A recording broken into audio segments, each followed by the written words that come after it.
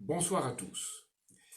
Si je m'adresse à vous ce soir, avant l'intervention du président de la République, c'est parce que nous vivons une triple crise.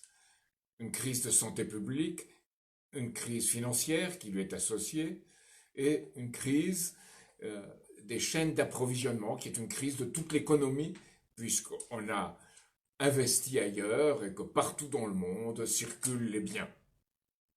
Alors, face à cette crise, les principaux dirigeants occidentaux sont dans le déni de réalité.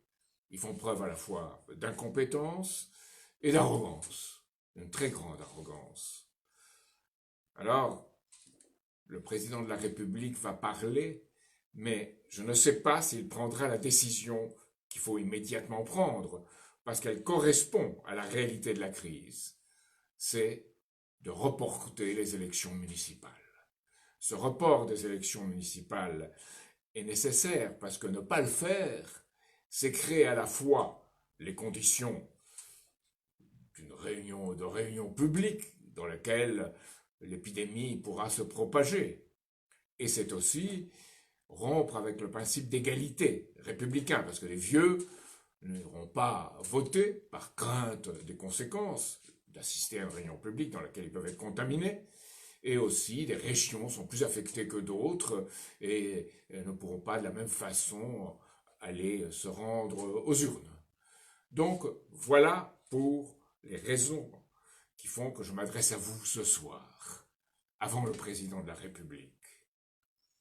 Alors, dans ces conditions, et je reviens aux principaux dirigeants du système occidental, du monde occidental, qui sont dans le déni de réalité.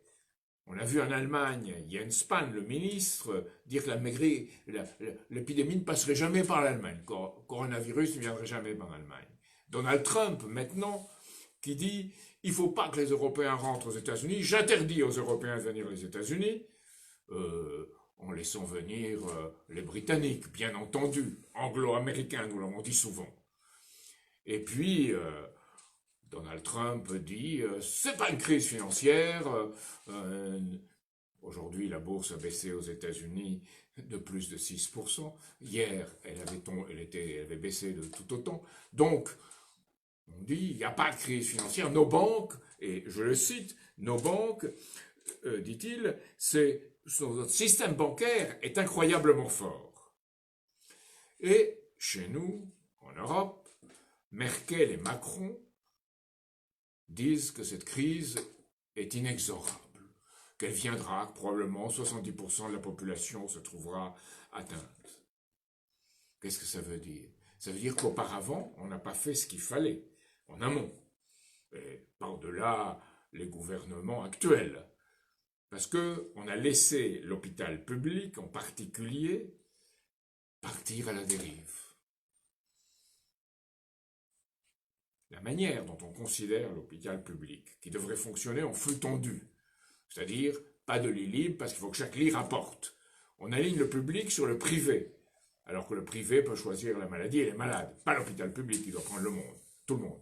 Et il faut que l'hôpital public aussi soit capable d'avoir 15% de lits libres en fonction justement de ce qui se passe aujourd'hui, d'une crise très grave. Or, il y a quelques lits de réanimation disponibles, il y a quelques lits prévus aussi dans le système des soins intensifs. Il y a même des lits dans le suivi, des lits de surveillance après le traitement. Mais il n'y en a pas assez si la crise est grave. Et elle sera grave puisque les dirigeants eux-mêmes disent qu'elle sera grave. Et ils n'ont pas préparé ce qu'il fallait pour cette crise. Alors, ce fatalisme qui est en place, évidemment, ce fatalisme mène au malthusianisme. Et comme en Italie, on en viendra à une situation où il faudra arbitrer entre, par exemple, un jeune atteint de coronavirus et dans une situation grave parce que ce sera un cas exceptionnel, et quelqu'un d'âgé qui a une crise cardiaque grave, et il y aura un lit, il n'y aura pas un lit pour les deux. Donc il faudra arbitrer entre les deux. Et ce genre d'arbitrage, cette considération de la vie humaine en fonction du prix, c'est tout à fait contraire à notre histoire de France, à l'histoire de nos idées et à l'histoire des idées les meilleures de l'Europe. Donc nous sommes dans cette situation-là. Et vous voyez l'incompétence des dirigeants, puisque maintenant Christine Lagarde a parlé à Bruxelles, elle a parlé au nom de la Banque Centrale Européenne, à Bruxelles ou à Francfort, et elle nous a dit, elle a trouvé à dire qu'il y aura un rebond, mais son calendrier est incertain. Donc voilà les dirigeants que nous avons. Alors, il y a une nécessité absolue de passer à autre chose, à une autre forme de penser et d'agir dans ce qu'on appelle un changement de paradigme, c'est-à-dire de prendre des décisions qui sont des décisions qu'on prend en cas de force majeure, quand il faut passer à un autre ordre de choses de façon rapide, efficace. Comme, je dois le dire, les Chinois ont su le faire vis-à-vis de la crise à partir du moment où ils se sont ressaisis. Donc, nous devons faire cela, et cela suppose qu'on mette en quarantaine ce qu'il faut mettre en quarantaine, Wall Street et la City de Londres, et leur poids dans l'économie, et les conséquences qui découlent de leur pouvoir, qui est ce qui arrive dans l'hôpital public, ce qui n'a pas été préparé pour cette crise de santé publique. Alors, nous disons, c'est un cas de force majeure. Report des élections. Oui, report des élections, mais pas comme une chose en soi, pour avoir toute une attention du pays, de notre pays, qui soit focalisée sur une mobilisation de santé publique, pour qu'on ait un nombre de masques suffisant, masques pour que les médecins puissent se protéger, ce qu'ils n'ont pas actuellement. On dit que la médecine de ville doit s'occuper d'un certain nombre de choses, mais les médecins ne sont pas protégés. Il faut avoir également des dispositifs de dépistage, des tests de dépistage.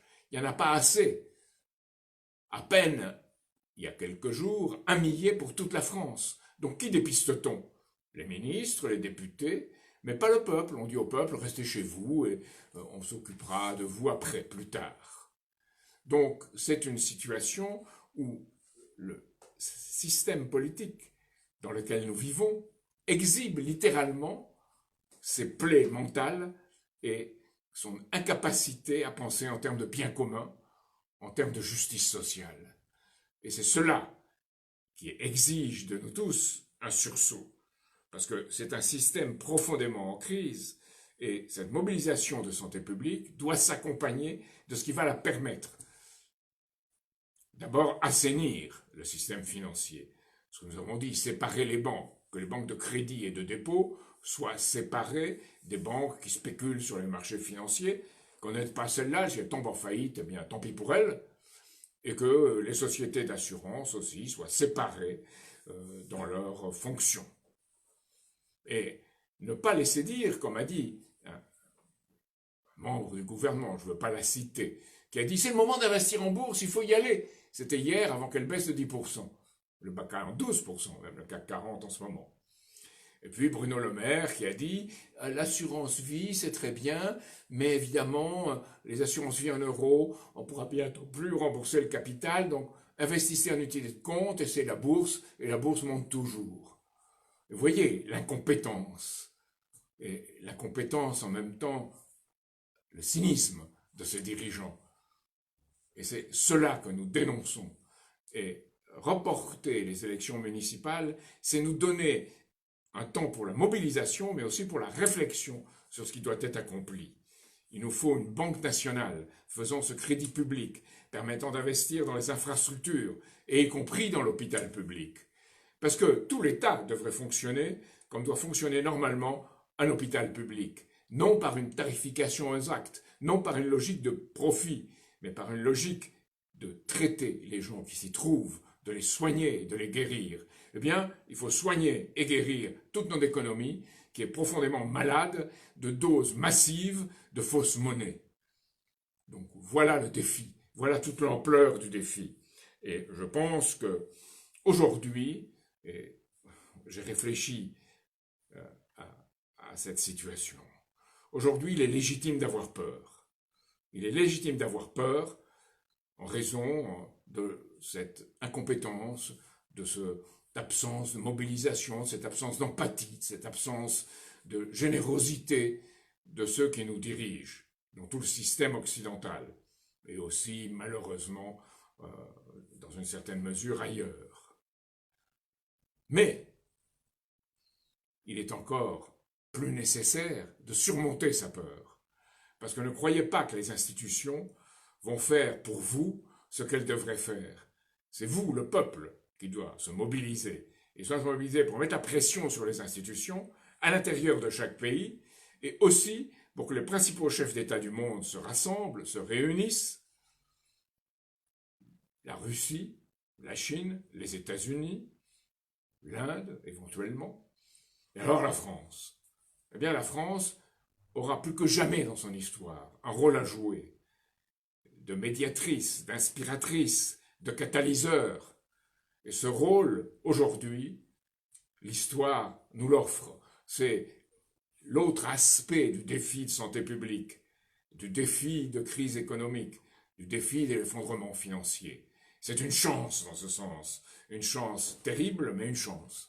Et nous devons la saisir, sans quoi la France ne sera plus vraiment la France. Et c'est ce message que je voulais vous transmettre ce soir, avant que le président de la République s'exprime et dise ce qu'il dira, et que demain, je commenterai, parce qu'à la même heure, nous interviendrons, demain je commenterai ce qu'il dira, avec ses limites, et j'espère certaines choses positives, encore que j'ai une espérance mesurée, et je répondrai à vos questions, à toutes les questions que vous pourrez vous poser sur ce que le président de la République dira ce soir, et sur ce que je vous ai dit aujourd'hui, en pensant toujours qu'il faut se mobiliser, il faut agir, ce n'est plus le moment de discours formel, c'est le moment de se retrousser les manches et d'agir.